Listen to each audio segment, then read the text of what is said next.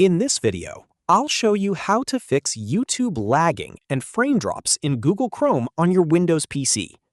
First, open Google Chrome. Go to YouTube and play a video that is lagging or dropping frames. Now click the three-dot menu in the top right corner of Chrome and select Settings. On the left-hand side, click System. Look for the option Use Graphics Acceleration when available. If it's turned on, switch it off.